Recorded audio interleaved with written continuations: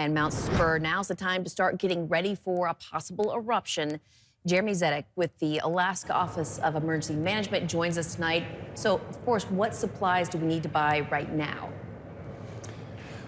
Well, people should really take a look at having N95 masks, plastic sheeting, and gloves, things to cover up themselves and protect themselves from ash. Our primary concern with the eruption of Spurr volcano is people breathing in ash. That's the real concern. We don't anticipate impacts to our utility systems. The second thing that we're really concerned with, that people will unnecessarily drive in ash and perhaps damage their vehicle. And of course, it's still cold right now, so most of our homes are pretty sealed up at this point. But are there extra steps that we can do to keep ash out of the house? Yeah, when you do go outside and you're re-entering your home, you want to make sure that you're taking off your shoes, taking off any exterior clothing and shaking that out outside so you're not tracking that ash into your home.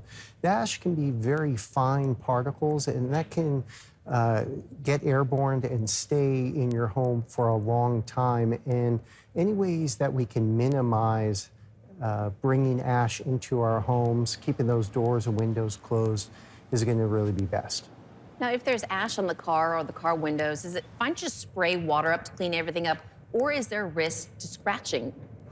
Yeah, you don't want to use a brush or a broom to brush the ash off because it is very abrasive. You can use a garden hose to spray the ash off your car, and if you're driving, you want to use your windshield wiper fluid to keep your windshield clean. Also with your vehicle, you'll want to change your air filter, your oil filter, and your oil more often.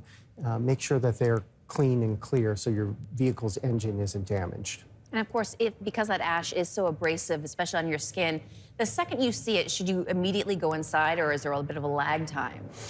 You know, it's not necessarily very dangerous. If you're well protected and you're not getting a lot of ash on your skin, you're not breathing a lot in, you can be outside. It's just a lot of dust. So while we want people to be concerned about it because breathing in a lot of dust is not good for you, it's also not something that we need to panic about.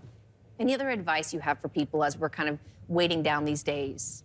Well, we've put together a lot of resources on ready.alaska.gov. We have an FAQ that talks specifically about Mount Spurr and the impact it would have on South Central. We have an ash alert brochure, and we also have some resources from the U.S. Geological Survey and the Alaska Volcano Observatory.